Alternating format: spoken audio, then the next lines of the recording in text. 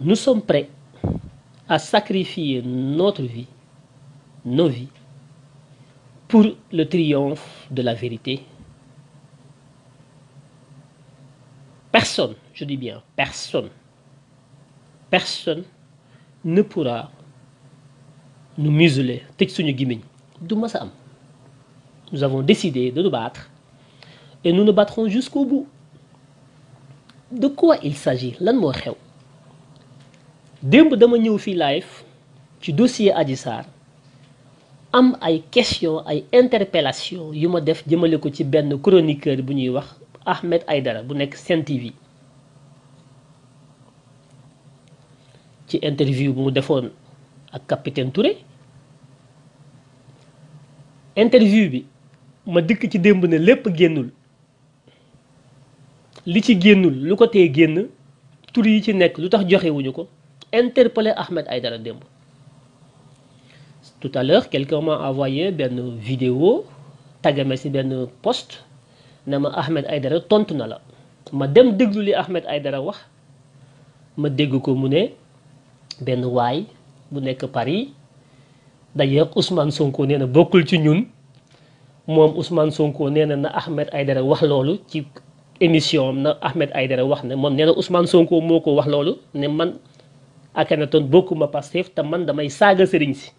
Ahmed Aïdara mooy wax loolu de dem leen bu baax ngeen déglu tey Ahmed Aïdara le matin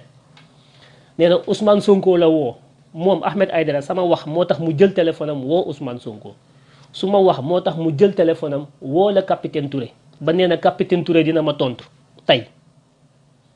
Ahmed Aïdara pour looy paniquer looy daw ak looy lan la qu'est-ce qui se passe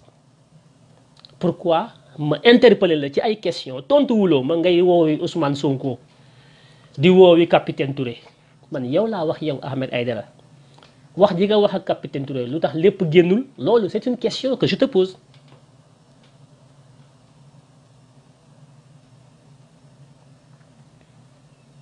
ci sa biir wax nee nga am nga loo dagg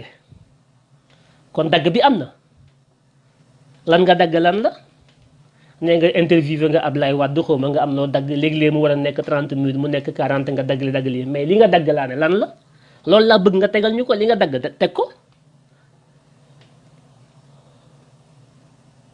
li nga dagg Ahmed Aïdara lañ bëgg nga teg ko man dama la laaj je te pose une question yow yaay kan Ahmed Aïdara ba waruñu la poser question.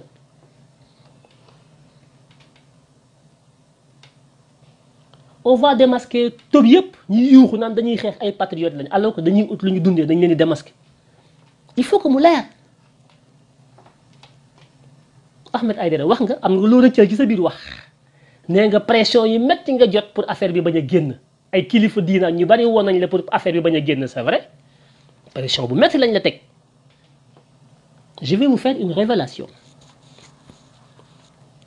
comme dañuy wax rek lépp dina leer. ñun kenn dootuñu nax kum ci manti doon du dooñu nax du Sonko du kenn ku ñuy nax ndax xeexaluñu kenn Sénégal la ñuy xeexal il faut que mu leer ma lay laaj ngay dugg ci ay kuy saaga kilifa diine yi ban kilifa diine laa saaga man Ahmed Aïdara je te défie yow Ahmed Aïdara nga taxaw ci télé bi fi nga taxawoon nga taxaw na maa saaga kilifa diine bi nga wax man ku may saaga Ahmed Aïdara man du ma saaga li ma yor ci ay information ak ay renseignement xajul ci sama bopp bi ba ma am jotu di saaga man du ma saaga li may wax nag mën na la naqari tey interpellé naa la nga mer di ma tuumal naan damay saaga ay kilifa diine Ahmed Aïdara là n'est pas la question wax ji newul foofu de bëgg ma jaxase avec la communauté mouride la communauté tidiane la communauté layène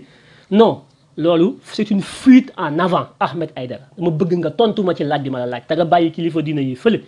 débat bi nekkul ay kilifa diine nekkul ay Ousmane Sonko murit la dafa demoon jaala ji sëriñam xaw ma comme ni nga ko waxee yow yaa ne Ousmane Sonko murit la dafa demoon jaala ji Ousmane Sonko moo ne la man bokkuma Pastef ah ko wax na ko Alioune Sall bi nekk Paris que nañ ma génne Pastef man musuma dugg Pastef j'ai toujours dit que je ne suis pas membre de Pastef j'ai pas la carte Pastef mais Ousmane Sonko est mon candidat que Ousmane Sonko bëgg ko ou pas c'est Ousmane Sonko mon candidat te li nga wax ne Ousmane Sonko moo la ko wax je te défie et j'interpelle Ousmane Sonko en sa propre personne su fekkente ne moo wax lii ma Ahmed Aïdara que Ousmane Sonko s'assume publiquement en disant en répétant li Ahmed Aïdara wax ci man ndax ma Ahmed Aïdara dafa taxaw ci télé ne Ousmane Sonko moo ne ko na wax ne man beaucoup ma Pastef jërul wax parce que man je ne suis pas membre de Pastef. On m'a toujours demandé de prendre la carte de Pastef. Je ne prends pas la carte de Pastef parce que je tiens à ma liberté. Je ne suis pas quelqu'un qu'on muselle. Je tiens à ma liberté. Parce que ci sama liberté laay waxee, je suis un citoyen, je ne suis pas un militant. Je suis un citoyen qui se bat pour ce pays. Je ne suis l'enfant de personne. Je ne suis un abruti de personne. Je ne suis pas un sujet de Ousmane Sonko, encore moins de qui que ce soit. Mais je me bats pour que Ousmane Sonko soit à la tête de ce pays parce que aspiration yi ma am yaakaar yi ma am bëgg-bëgg bi ma am ci réew mi ci Ousmane Sonko laa ko gisee. léegi nag su ma la laajee ci dossier boo xam ne yow la concerne yow Ahmed Aïdara nga war ci leeral askan wi nga bàyyi ko fa di ma jéem a jaxaseeg Ousmane Sonko naan Ousmane Sonko moo la wax lii Alioune Sall moo la wax lee Alioune Sall est un ami à moi. Ahmed Aïdara ne cherche pas à diviser pour mieux régner dama la interpeller li nga dagg ci sa interview ak capitaine Touré pourquoi génnewuloo ko. Hier tu as appelé capitaine Touré au secours pour que mu ñëw dimbali la. wax nga ko ci sa interview wax nga ko tey nee nga woo nga capitaine Touré xam nga sax agenda wu capitaine Touré li muy def tey nee nga yónnee na la benn texte tout ça mais c'est normal nga daw ci capitaine Touré pour mu jàppale la mais dama la interpeller laa la wax li nga dagg ci interview bi te reconnaître nga ne am nga loo dagg li nga dagg lan la te lu tax teguloo ko.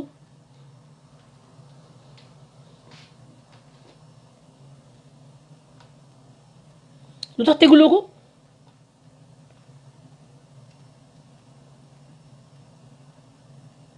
Qui insulte les marabouts qui a insulté qui a une seule samay live kan moo ci mën a génne benn taxawu saaga na dama saaga benn marabout na ko génne amut. Ahmed Aïdara man du ma saaga déedéet xeex bi daañu démasqué ñëpp mbaxalum xeer la dafay yàgg pour xeer yi ñor képp ku ci dëgguwul di nga feeñ. Ahmed Aïdara bi nga bëggee interviewer capitaine Touré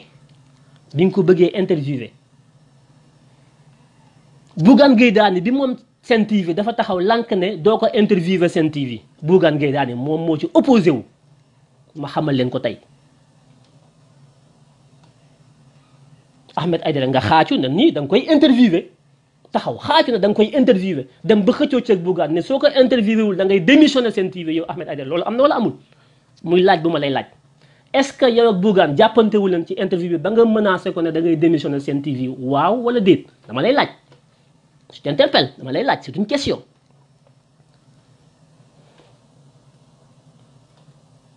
comme sa démission wu Sen TV day nekk scandale ci Bougane menacé nga ko ne ko di nga déglu capitaine Touré te di nga teg mbir yi. Bougane xam ne sa démission du ko arrangé mu taxaw ne ok d'accord naa ko nga déglu ko waaye ak condition ko soo ko dégloo lim lay wax yëpp bala nga koo teg ma déglu ko. Ahmed Aïdara li nga déglu li nga wax ak capitaine Touré est-ce que Bougane Gueye déglu na ko bi nga paree avant nga koy diffusion waaw wala déet question point d'interrogation.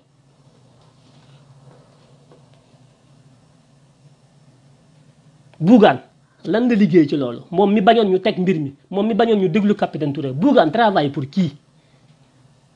Pour qui travaille Bougane? Pourquoi Bougane di def ay censure ci biir chaîne bi di wax lu ñuy teg ak lu ñu dul teg luy génn ak lu dul génn Bougane lan la liggéey ci wax jooju li ñu dagg pourquoi ñu dagg ko lan moo ci rôle Bougane muy ak question bu may laaj Ahmed Aïdara ak Bougane Gueye Dany Bougane li mu ci dagg fan la ko yóbbu kan la ci waxal Bougane lu mu séq ak Macky Sall loolu laa bëgg mu leer mun leen ñoo tey wax de da ngeen di taxaw ci seen télé yi di wax ñu yor suñu Facebook di wax mun leen ñoo xoqatal ndax xamu leen lu ñu xamul mënu leen lu ñu mënul il faut que mu leer.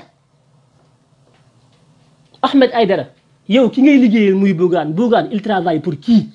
loolu la sénégalais war a laaj dossier capitaine Touré bii lu bari dina ci feeñ.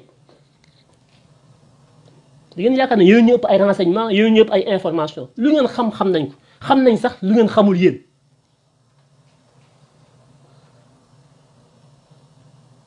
li nga xam ne dañ yow nee nga am na lu ñu dagg ngay wax ne oui Ablaye Wade bañ koy interviewer am na lu ñu daggoon patati patata dama ne. Bougane loolu nga ne dagg nga ko laa bëgg nga teg ko lu tax Bougane teg ci tànkam ne loolu du génn tur yi ñu war a génn lu tax Bougane du génn. léegi nag nga bàyyi fi wax boobu naan ma Ousmane Sonko nee na dafa demoon seeti sëriñam murit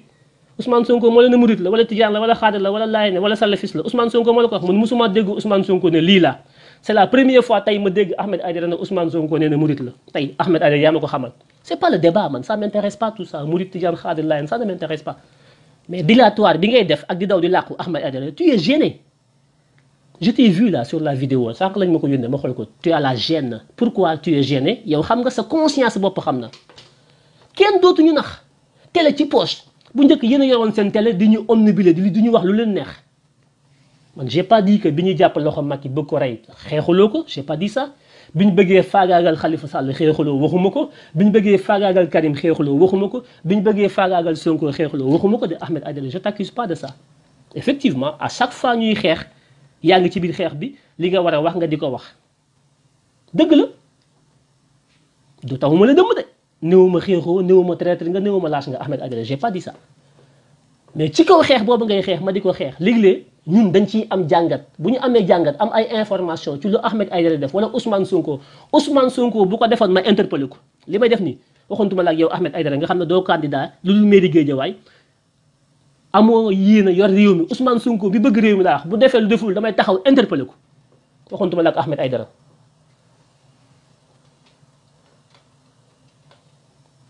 que oui bokkuma Pastef mais c'est pas ça, c'est un secret de polichinelle que bokkuma Pastef je ne suis pas membre de parti Pastef parce que je veux garder ma liberté il suffit juste d'acheter une carte de membre pour être membre de Pastef ça ne m'intéresse pas parce que je tiens à ma liberté lii moo tax dugguma Pastef parce que bu man bokkoon tey Pastef am carte Ousmane Sonko am droit ci man Ousmane Sonko n'a aucun droit sur ma liberté de penser de réfléchir et de m'exprimer. C'est une liberté constitutionnelle que je compte conserver parce que les partis politiques sont des prisons. Une fois que tu es membre ou nga nekk ci biir tu n'as plus ta liberté amatoo droit wax li nga xalaat c'est de l'hypocrisie. En général, j'ai pas dit tout le monde, mais en général, quand tu es dans le parti politique, tu es obligé de te ranger. C'est pour ça que je refuse de prendre la carte de Pastef. Je ne suis pas militant de Pastef, je suis sympathisant de Pastef. Et Ousmane Sonko est mon candidat et je travaillerai nuit et jour pour qu'il soit élu. Pourquoi? Pas pour sa personne, pour qu'il devienne président, pour son plaisir, mais pour que ce pays soit redressé. Ça, j'y travaillerai nuit et jour. Inch'Allah. Il faut que mu leer seen bopp yi ma lay laaj lii nga may wax ay waxi Ousmane Sonko nee na Daaru Muxti la jógee di demoon seeti sëriñ ñam on connaît vos méthodes su ngeen bëggee sàkke su ngeen bëggee def di dilatoire bëgg yàqu deru nit da ngay dugg ci affaire u tereexe yi naan woy Ousmane Sonko dafa demoon Daaru Muxti seeti sëriñam Ousmane Sonko murit la non là n'est pas le débat bu leen di jaxase xelu nit ñi li ma lay poser lu leer la c'est une interview benn déglu boo déglu capitaine Touré mu wax li nekk ci dossier bi yëpp bëggoon nga teg ko teguloo ko nga am loo ki dagg loolu nga dagg lu tax nga dagg ko lan la ci Bougane kii yaag Bougane la ngeen xëccoo ba nga menacé ne da ngay démissionné ba Bougane mujj bàyyi ne la waaye boo ko dégloo ba noppi bala nga ko teg naa ko déglu man Bougane ba joxe ci sama avis kon Bougane dafa yor moom benn position ci biir Sen TV di xool luy jàll ak lu jàll di censurer. Il y a un journaliste qui a démissionné tout récemment de Sen TV le Diallo là Pape Makhtar Diallo xaw ma Pape Makhtar xaw ma naka pourquoi mu démissionné gis ngeen que mu toog ci télé bi di jooy di génn dem démissionné ma nga Walfadjri léegi lu tax na wax te yàggatul dafay feeñ billahi dafay feeñ Bougane Gueye Dany travaille pour Macky Sall ça je vous le dis Ahmed Aïdara yaa ma gën a xam loolu yow parce que moo lay fay vous gérez vos intérêts toog ci seen plateau am ñu naan ñun dañu dëggu ñun ko dëgg maa ngi déglu léegi vidéo bi ah yéen la dans vous mais Ahmed Aïdara répond pourquoi répond à ma question pourquoi c'est capitaine Touré qui doit répondre pression yi nga jot marabout yi lay woo pression yi pour nga bañ a teg ak politiciens yi pour nga bañ a teg interview capitaine Touré bi xam nga junj ko ci sa waxal ñu la doon woo ñan la ñu la doon teg pression pour nga bañ a génne information waxal ñan la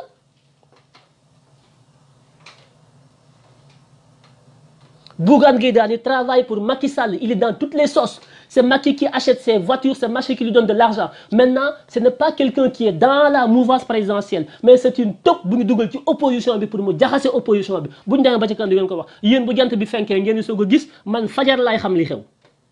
voilà la vérité bu ma leen waxul woon démb tey ma wax leen ko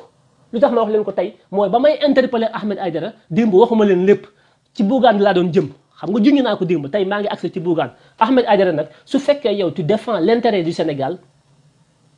da nga ñu war a wax mais su fekkante ne intérêt Bougane ngay défendre te Bougane di travailler pour Macky Sall di xool luy jàll ak lu jàll di tappe ci kaw Macky Sall di dal ci kaw Macky Sall nit ñi yaakaar ne moom dafa contre Macky Sall. Ça c'est un camouflage en militaire. On sait bien ce que c'est.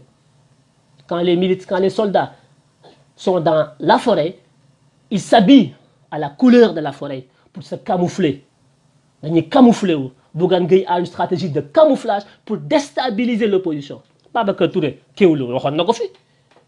aux élections passées à la présidentielle bi ñëpp di xool pour ñu am une grande coalition contre Macky Sall. Mais Bougane Gueye travaillait pour que l'opposition quitte Ousmane Sonko, pour que l'opposition travaille à favoriser une coalition autour d'Idrissa Seck. Idrissa Seck tey gis ngeen ko ndekk loolu c'est Macky Sall qui est derrière Bougane Gueye nekk ci derrière Idrissa Seck ñoom ñëpp ñuy liggéeyal Macky Sall yéen ngeen ne kenn du ko wax. Mais vous nous prenez pour qui? Nan wuy benn waay ay yu kenn xamul yow li ma wax su la interpellé woo loo ci def toog ba ci digg télé bi ngay wax loo xam ne man maa la interpellé. Ahmed Aïdara, j'ai beaucoup de respect pour toi. J'ai beaucoup de respect pour toi. Beaucoup. Parce que je t'ai vu effectivement Ahmed Aïdara di dénoncer di kees di xaar di kaas di xeex lu bare moom xam na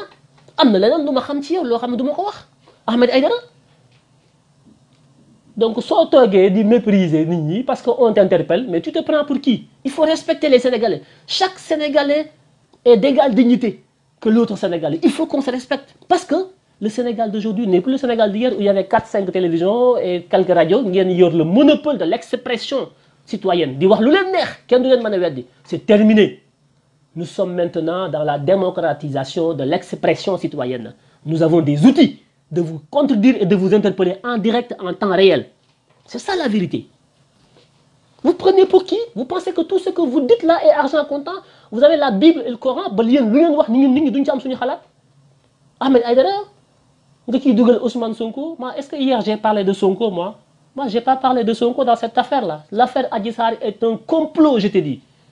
Et ce complot-là, il y a des personnes qui sont derrière. Les noms, tu les as parce que le capitaine Touré, c'est pas n'importe qui, c'est un enquêteur. Il sait bien qui est derrière, qui n'est pas derrière. Il a eu à mener l'enquête. Il devait finir l'enquête, on l'a dessaisi de l'enquête. Pourquoi nous disons pourquoi nous avons enquête de Timon? Parce que fin don djem mo baxul, parce que tout yim la jox, tout yoy, capitaine Touré daf leen doon entendre. Procureur Bassirou Gueye nangu dossier bi ci mom. Oui. Ça ne passera plus, ça ne se passe. C'est terminé, je dis, c'est terminé. Tant que Dieu nous prête vie, d'autres les naxati sénégalais, kenn du nax sénégalais. C'est terminé. génn nag di ma diaboliser naan oui damay saaga kilifa diine yi damay patati patata. Je vous le conseille du dilatoire. C'est une fuite en avant. Ce n'est pas responsable, ce n'est pas digne de quelqu'un qui prétend être maire de Guédiawaye. Quand on veut remplacer Alioune Sall, on doit être exemplaire. On doit être quelqu'un de véridique. Ahmed Aïdara, c'est une leçon de frère que je te donne. Réponds, c'est plus simple. Je te pose une question, je t'interpelle sur un sujet, réponds-moi. Mais ne me dis pas d'Are Mourti Sonko, de Maraboui qui Molen Saga, Moïse. Non, il faut pas jouer ce jeu-là, quoi. Tu vois, ça ne passe pas.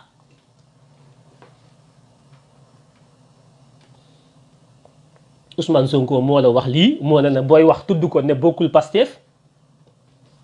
Mais quand moi, je suis Pastef là-bas, parce que je défends Ousmane Sonko tous les jours, vous pensez que je suis de Pastef. Parce que pour défendre Ousmane Sonko, il faut être de Pastef. Mais parce que vous êtes limité,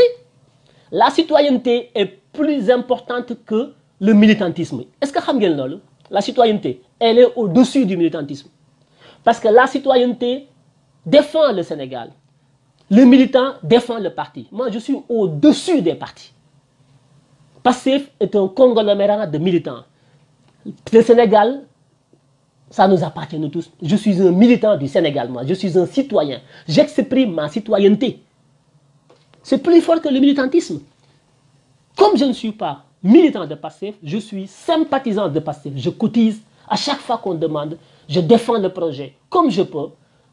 Et je me bats tous les jours pour que Ousmane Sonko soit au sommet de ce pays. Que Ousmane Sonko le sache ou pas, ce n'est pas mon problème. Que Ousmane Sonko me dénigre, ce n'est pas mon problème. Que Ousmane Sonko t'ait dit de me dénigrer à la télé, ça n'empêchera en rien la conviction que j'ai sur Ousmane Sonko que c'est l'homme qu'il faut. man doo ma jaxaseeg Ousmane Sonko su ko neexee na ma wax lu ko neex na def lu ko neex na la woo yàq sama der su la ne te góoma la sax ne Ousmane Sonko ma la ko la j'y crois pas mais même su ko defoon du tax ma bàyyi ko c'est mon candidat parce que téye gi ma téye Ousmane Sonko c'est pas pour son plaisir c'est pas pour sa famille et ses enfants c'est pour le Sénégal c'est l'espoir que j'ai pour ce pays moo tax ma di ko défendre mais c'est pas sa personne Ousmane Sonko qu'est-ce qu'il peut de plus que moi qu'est-ce qu'il a de plus que moi qu'est-ce qu'il sait de plus que je ne sais pas mais nag moo jóg taxaw ne dafa bëgg réew mi yéene bi ma amoon ci réew mi ma jël ko yebbi ko teg ko ci kawam ànd ak moom pour accompagner ko pour réew mi dox man Sénégal moo ma ñor c'est pas des personnes Dieu m'a aidé à être au-delà de la mêlée sénégalaise qui est d'être derrière des hommes je ne suis pas omnibulé par l'homme je suis omnibulé par des idéaux par des valeurs par un projet je ne suis pas dans les hommes je suis dans les projets et dans les idées Ahmed Aïdara soo ko xamul tey ma xamal la ko moi je suis pas n'importe qui hein je suis pas n'importe qui. Je ne suis pas quelqu'un qu'on titille là. Je ne suis pas quelqu'un qu'on est là. C'est pas parce que vous êtes devant les médias, vous êtes des stars de la télé que voilà. Moi, je suis un homme stoïque. Je suis psychologiquement préparé. Il faut que ça soit clair. Taxaw télé bi dans Ousmane Sonko a dit ceci, Ousmane Sonko a dit cela. Tu penses que moi je suis un enfant de cœur là? Tu penses que moi tu peux me j'ai un esprit bien achalandé, un esprit bien organisé. Ce trafic d'influence naan j'ai Ousmane Sonko lan moo ci looy wooy Ousmane Sonko pourquoi tu l'appelles je t'interpelle toi Ahmed Aïdara nga jël téléphone di woo Ousmane Sonko man c'est Ousmane Sonko qui me dicte la loi man tu penses que Ousmane Sonko me dicte ce que je dois dire moi pourquoi tu appelles Ousmane Sonko c'est mon père ba nga koy woo sur une question boo xam ne concerné wul Sonko yow la concerné yow Ahmed Aïdara directement au lieu nga tontu ma nga naan woo naa Ousmane Sonko dafa demoon daari mufti nee na nga wax ne man maay saaga sëriñ si xawma la nan lan kër que bokkuma ci ñoom que wax na ko Alioune Sall que patati patata mais tu joues à quoi Ahmed Aïdara réponds à ma question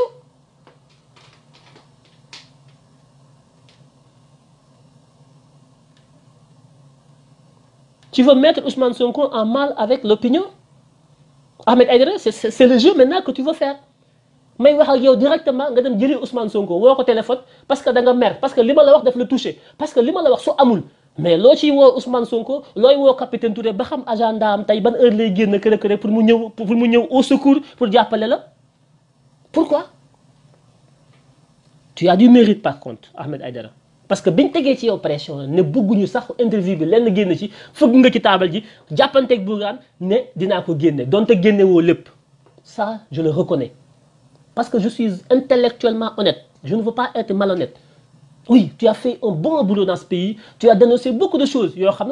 Parce que c'est une vérité tangible. C'est vrai, tu as du mérite, Ahmed Aïdara. Je n'ai pas dit que tu es mauvais. Je n'ai pas dit que tu complotes. Je n'ai pas dit que tu roules pour maquiller. Je n'ai pas dit tout ça. Mais j'ai dit sur le cas de l'interview,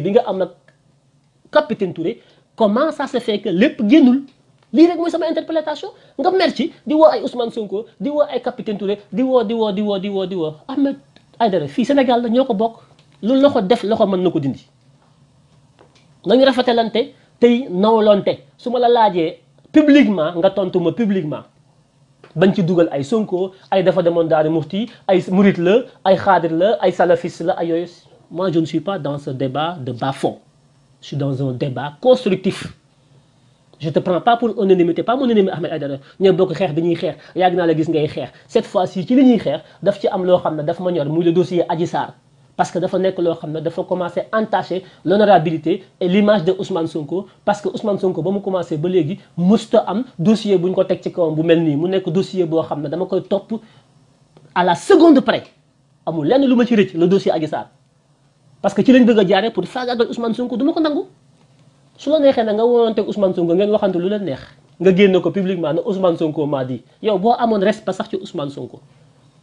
Sonko bu la waxee waroo taxaw bi télé bi publiquement naan Ousmane Sonko maa di bu fekkonte ne noonu am nga respect nekk kilifa bëgg a jiite géejewaay bëgg a nekk kilifa am responsabilité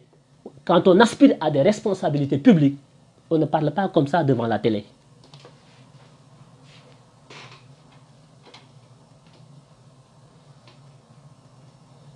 ñu censuré interview bi am luñ ci dagg génn ko Bougane Gueye tekki tànkam parce que day dugg ci palais bi di génn kenn du ko wax dañuy wax ba suba yéen xamu leen sax te on va encore beaucoup plus parler comme c'est comme ça bëggu leen kuy wax yéen am ngeen droit yéen Ousmane Sonko su ko neexee génn def conférence de presse wax lu ko xalaat ci réew mi Ahmed Aïdara su ko neexee génn wax lu ko neex ci réew mi Macky Sall wax lu ko neex ci réew mi ngeen na man Akhenaton man au moins droit man génn wax samay xalaat ci réew mi. Non mais c'est inadmissible quand même, c'est ubuesque ce pays-là. C'est ubuesque. Vous prenez pour qui? J'ai interpellé Ahmed Aidara par une question. Est-ce que li capitaine Touré waxoon yëpp génne nga ko waaw wala déet su fekkente ne am na loo xam ne génn ki te loolu laa jàpp loolu ñàkk génn nga ñàkk ko bañ a génne Ahmed Aidara pourquoi génnewuloo ko moo nekkoon sama question démb nga ñëw tey indi leneen ma pousse encore tey ne li tax génnewuloo ko mooy Bougane Gueye Dany moo ki teg tànkam pourquoi Bougane teg ci tànkam et pourquoi Bougane rentre au palais et sort comme il veut pourquoi Bougane di def le tout pour que opposition bi lu taxaw mu dugg ci lu jóg mu dugg ci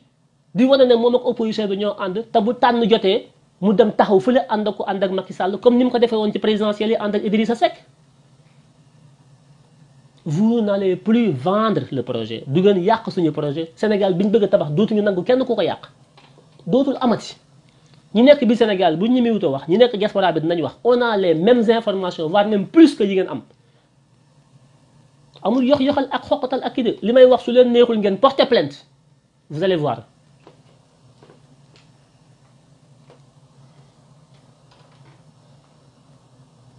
ngeen foog ne ñun li ñuy xeex dañuy caaxaan ñun ngeen foog ne dañu fi nekk ñun di yox-yoxi suñu fit yi di maas et puis li ñuy xeex xamuñu ko dañuy làmbatu non lu leer nañ ñi la ñuy xeex am fit bi on s'est donné les moyens de nos ambitions pour changer ce pays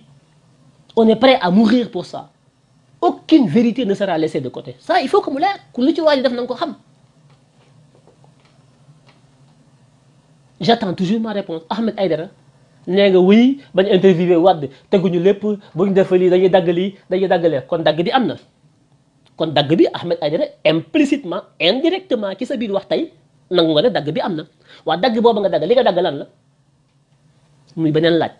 li nga dagg lu tax nga dagg ko ñaareelu laaj li nga dagg est-ce que mën nga ñu koo tegal Ahmed Aidara muy ñetteelu laaj bi nga dagg nga tegal ñu ko wax ji leer tegal ñu li nga dagg. il faut que ñu nawlante respectante mënuñu bu Aliou Sall sàccee ñu ne Aliou Sall suñu 4000 suñu 4 xaw ma lan suñu 10 000 milliards yow Ahmed Aidara yaa koy wax buñ ne troisième mandat nga du fi amee parce que loolu lépp c'est vrai du fi am dañoo war a dëggu yow yaa maa ngi yow dañuy bokk xeex bu bare suñ ñëwee nag ba ci affaire Adji Sarr nga xam ne tout est complot yow yaa ma gën a xam ne affaire Adji Sarr complot Ahmed Aidara yaa ma gën a xam loolu yow xam nga ne lii complot la nga nekk journaliste wala boog même boo ko nekkul am nga carte presse buy jëmmal na yow ci dans les médias donc yow tu es même plus autorisé que man que information soo ko amee ngeen Pape Alé ñaa ngi ni bés bu nekk joxe ay information day taxaw wax jaar ci ay tur génn ay documents teg parce que métier Pape Alé journalisme moo ko permettre mu mën a divulguer ay information yow nga ne da nga am loo xam ne amuloo benn raison sur le plan journalistique que ñu jox la ay information nga di ko censurer di ko téye au nom de quoi le journaliste est là pour informer juste et vrai dans l'éthique et la déontologie. Tu n'inventes rien. Le capitaine a pris ses responsabilités pour parler. Quand il parle, il faut donc restituer textuellement ce qu'il a dit. Pourquoi vous pouvez censurer? Ça, ce n'est plus du journalisme, c'est autre chose, ça. Lors du journalisme, vous ne faites pas du journalisme, vous faites tort au métier. Parce que nous, on a de quoi? C'est une censure journalistique et qui n'est pas normal. Maintenant, comme capitaine Touré dafa bëggoon nga génne ko am pression boo jot bu bare venant de tout le système comme on dit il y a des marabouts dedans j'ai pas dit tous les marabouts il y a des hommes d'affaires il y a des politiques yu leen teg pression teg Bougane teg la yow pression Ahmed Aidara wax nga ko ci sa interview bi ba am loo ci génne loolu capitaine Touré du ko sànni kon am na loo ko defal boo demee ba nar a démissionné ngir bëgg a teg interview capitaine Touré loolu lu capitaine Touré di rafetlu la donc su ma la interpellé ci li nga xam ne génne woo ko mu naqari la ba nga jël téléphone rapidement war capitaine Touré wax ak moom jël téléphone war Ousmane Sonko mais c'est quoi le rapport sax entre Ousmane Sonko et capitaine Touré moom moo wax Ousmane Sonko lu ko dugal moom c'est un accusé moom pourquoi nga di ko woo pourquoi ngay wax ak Ousmane Sonko j'ai pas compris man kon su fekkee am na loo def nga effort taxaw fëgg ci table gi ne da ngay génne interview bi donte génne woo lépp parce que compromis bi nga def ak Bougane mooy d'accord dama koy interviewer sinon damay démissionner te comme yow am nga noo taxawee Sen TV ñëpp xam nañ la effectivement sa démission dina ñàng parce que Pape Makhtar démissionné na barki démb ñu tegaat ci Ahmed Aidara loolu bu boobaa day suspect Bougane teggi tànkam ne la d'accord léegi jël ko waaye nag bala nga koo teg naa ko déglu Bougane moom moom mooy le rédacteur en chef de Sen TV bay déglu lu ñu war a tegal lu ñu war a teg est-ce que Sen TV am na rédacteur en chef parce que li Bougane def rédacteur en chef yi moo ko war a def pourquoi Bougane di ko def kon Bougane moom dafay nekk ci langue politique di politique nekk ci télévision bi aussi di censurer di xool lu jàll lu du jàll mais ça c'est grave ça kooku CNRA dañu war a jóg taxaw wax ci c'est extrêmement grave.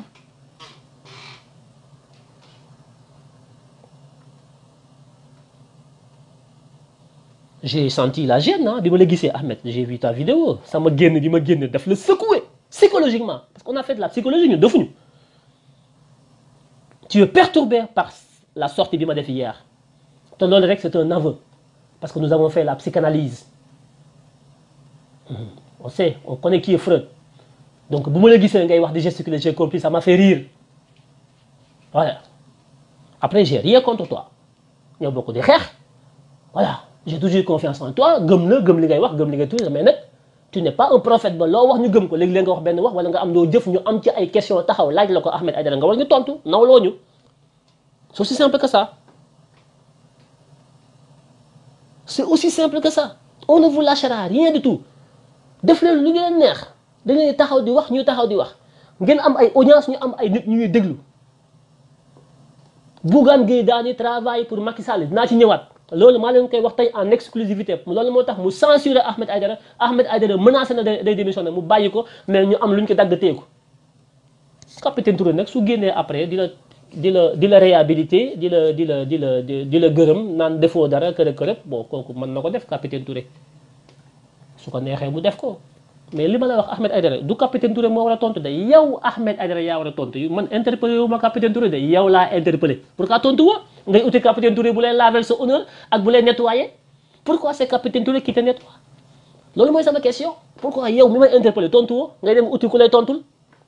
ba pare nga taxaw ci sa digg télévision bi di ci wax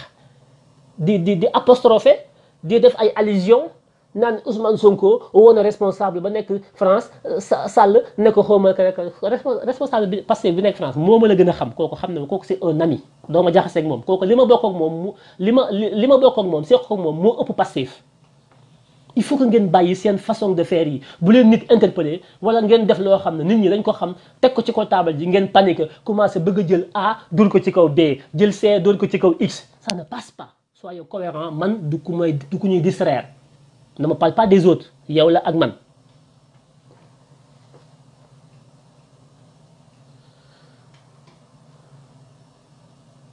voilà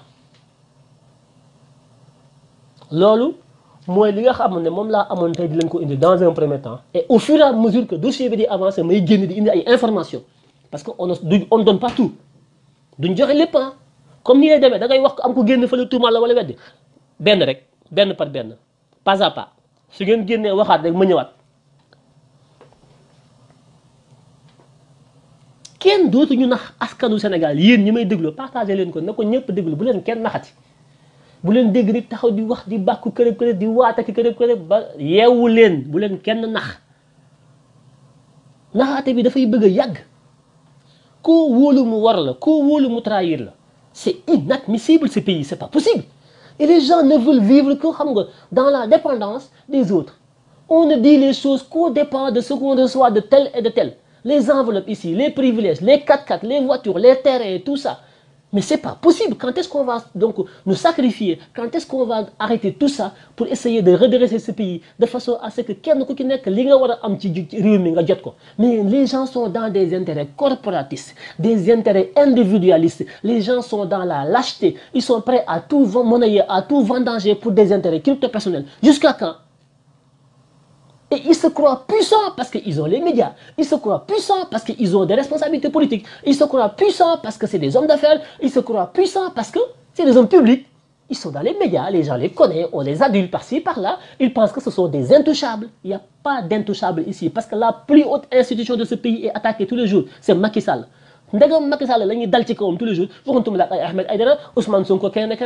ici tout le monde est critiquable. On critique tout le monde. Il faut que mu leer seen bopp yi on ne fera plus jamais de cadeau à qui que ce soit da ngay nekk ci li askan wi bëgg ñu ànd ak yow ci loolu boo ko wàccee ñuy fàq ay yat ku mënti doon nag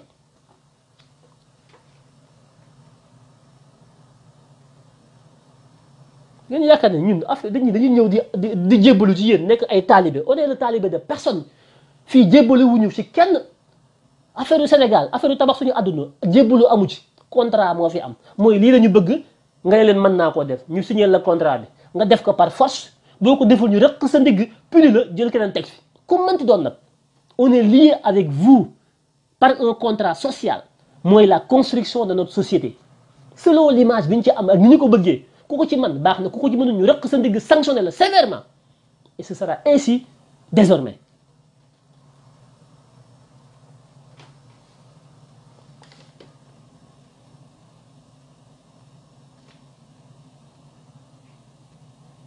lii laa amoon dans un premier temps lu may dolli ci li ma waxoon démb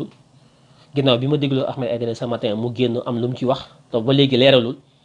dama ko interpellé au lieu que mu tontu ma mu bàyyi ko fa dem di woo Ousmane Sonko dem di woo ay capitaine Touré maa ngi xaar j'attends de voir kon bëgguma mu gudd loolu rek laa amul lu may wax di wax nag méfiez-vous toute l'opposition sincère qui travaille pour changer ce pays et qui veut faire partie Macky Sall s'il y en a parmi vous dans l'opposition s'il y en a sincère je dis bien je vous invite à vous méfier de Bougane Gueye Dany lu jóg mu dugg lu jóg mu taxaw gis nga démb Y'en a marre Fouta Tampi seen conférence de presse buuxoon dana ñëw fexe ba taxaw jël fa parole di wax lu jóg ci réew mi mu dugg ci ça c'est une stratégie de camouflage très fine mais qui travaille pour disperser les forces, disperser les voix et diviser l'opposition. Le travail de Bougane Gueye Dany pour Macky Sall, c'est de diviser l'opposition. Plus l'opposition est divisée, mieux c'est pour Macky Sall pour pouvoir lui rassembler sa force et avoir la majorité. Voilà la stratégie et ça c'est chèrement payé. Macky Sall ku mel noonu moo ko gënal ku nekk biir APR ku nekk biir Benno Bokk Yaakaar ku nekk ci biir opposition bi nekk fa topp di leen diviser comme ni ko Babacar Touré Kéwoulo waxee woon pendant la présidentielle. Négociation yi amoon ci biir opposition bi Babacar Touré taxaw na dem leen ngeen xool Kéwoulo Babacar Touré de Kéwoulo journaliste nee na moom bi nga xam ne jamono boobu mi ngi liggéey ak Atepa ñuy liggéey pour rassembler l'opposition Bougane Gueye Dany manœuvre yi mu doon manœuvre yëpp c'était pour diviser l'opposition surtout affaiblir Ousmane Sonko Ousmane Sonko moo ko tee nelaw moom la ko Macky Sall sànni pour que mu jéem a xam nga émietter mooy maanaam mu jéem a tasaare mu jéem a caax-caaxee électorat bi fexe ba ñi war a ànd ak Ousmane Sonko yëpp mu am ñu mu ki dévier loolu mooy liggéeyam loolu la ko Macky Sall yónnee loolu Ousmane Sonko xam na ko wala bu ko xamul tam na ko xam bis na ko tey man xam naa loolu am na ñu ko xam ñu ngi koy wax ci suuf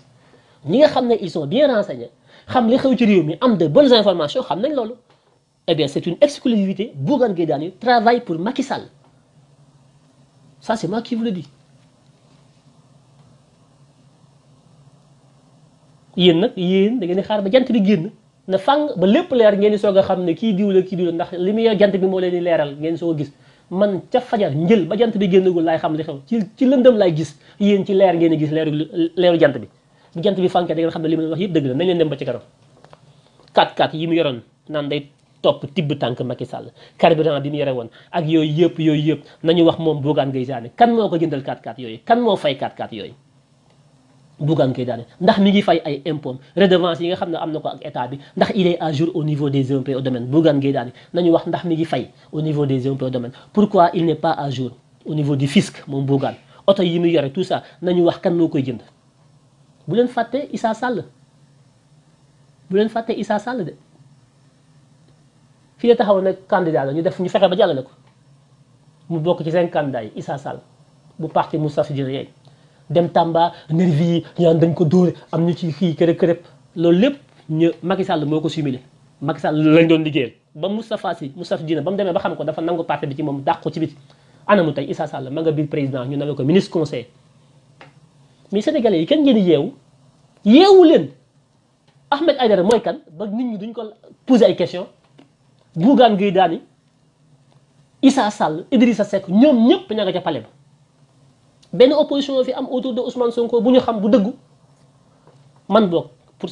loolu man la engagé man loolu laa jàpp après keneen ku mu neex mën na jàpp keneen mais man loolu laa jàpp moo tax ma di ci xeex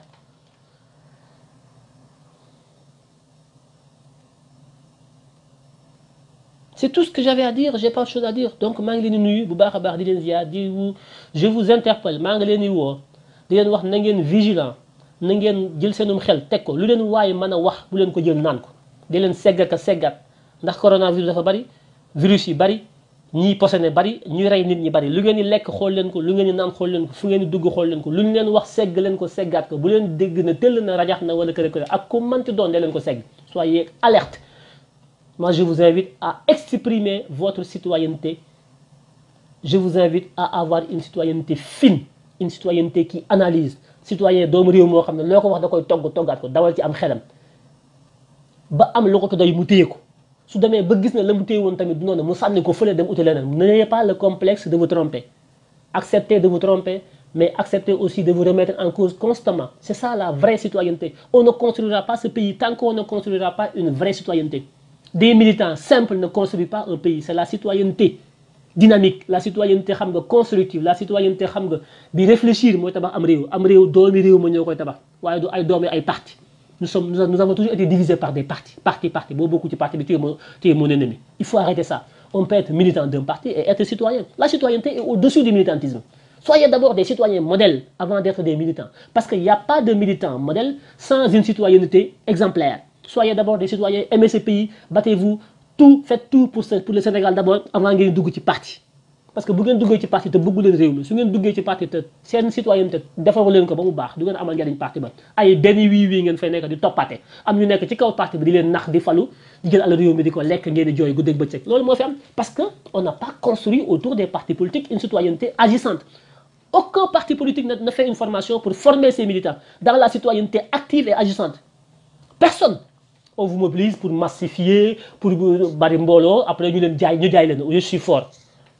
Refusez cela, soyez des citoyens modèles. C'est en cela seulement que nous pourrons construire ce pays. Le Sénégal ne pourra pas être un pays modèle tant que les Sénégalais ne seront pas des modèles.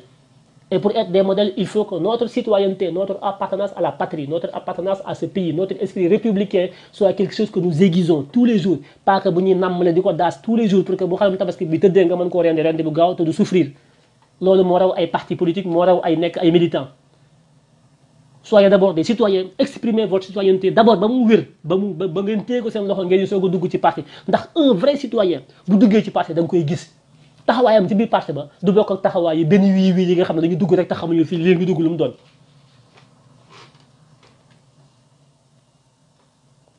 kenn dootu leen nax tant que maa ngi dund incha allah maa ngi leen di nuyu di leen ziar di leen jox seen wàccuwaay di leen wax ba fan yi incha allah on reste vigilant on veille. su laajee ñu génn rek dinañ génn incha allah ñu bàyyi suñu lépp taxaw woo leen wax leen li xew ñu continuer su ma juumee ngeen ne ma da ngaa juum bis su ma fi waxee loo xam ne amul wala du damay ñëw taxaw fii woo leen ne leen hey lii maa ko waxoon damaa juum lii dañ may induire en erreur lii du dëgg parce que li may xeex pour réew mi bëgguma lenn lu du dëgg tàbbi ci parce que kooku c'est un contrat personnel bu ma am ak sama conscience bopp mais bu ma am ak sama diggante sama borom avant ma koy am ak yéen parce que fayu leen ma fayuma leen xawuma leen xamu leen ma mais réew mi ñoo ko bokk dañ ko war a pencoo moo tax ma ciy bay sama waar lii rek moo tax ma yow su ma neexoon toog jàpp sama njàmbur c'est tout defaluma ko Ousmane Sonko defaluma ko A defaluma ko B Sénégal laa ko defal ndax Ousmane Sonko day dem Macky Sall day dem man damay dee ñun dañuy dee ñeneen dañ fiy ñëw Sénégal googu moo jëre xeexal booy xeex da ngay xeex li nga xam ne dafa nekk dans le temps et dans l'espace ce sont des projets des idéaux et des valeurs je me bats pour faire triompher des valeurs et des idéaux pour ce pays. Je ne me bats pas pour des personnes. Mu leer. Voilà. Quant à les propos d'Ahmed Aïdara, que Ousmane Sonko moo ko wax lii moo ne ko waxal lii moo ne ko waxal lee bon ça je le laisse avec Sonko et Ahmed Aïdara. Moi je ne rentre pas dans ces débats de bas-fond là. Comme je te disais, contre Macky Sall, on ne peut pas être au sommet de l'État et descendre dans les bas caniveaux pour compléter avec Adji Sarr. Si Ousmane Sonko, qui aspire à être au sommet aussi, descend dans les bas caniveaux pour dire du mal de moi avec Ahmed Aïdara, c'est sa responsabilité. Mais je continue, moi, à le défendre. Moi, je ne le ferai jamais. Voilà. Moi, Ousmane Sonko, je ne vais pas le défendre. Il faut que je le défendre parce que c'est ce que moom nag su ma nee wax loo xam ne d'après Ahmed Aïdara su ma mënee waxal loolu bàyyi naa ko loolu moom c'est à lui mais moi je suis pas comme ça man loolu dama ko def au contraire dama koy défendre foo xam ne nekku fa di jël sama alal di ko dugal foo xam ne nekku fa di ko defal loo xam ne tey bu ko xamoon moom Ousmane Sonko li ma koy defal tey bu ko xamoon ci biir ak ci biti ci zahir ak ci baatin moom Ousmane Sonko li ma koy defal mais defuma ko pour mu xam ko bëgguma sax mu xam ko waaw defuma ko pour mu xam ko parce que ça ne m'intéresse pas que mu xam ko sama man maa koy defal sama conviction bopp ak sama gëm-gëm bopp ak bëgg gi ma bëgg réew mi moo tax ma di ko defal du lu ma waroon a wax mais dinaa ko wax tey voilà kon maa ngi leen di ziar yéen ñëpp di leen jox seen wàccuwaay di leen jox daje incha allah jaa leen jëf bonne journée à vous restons vigilants restons ensemble soyons exigeants bu ñu kenn nax le combat continue à très bientôt merci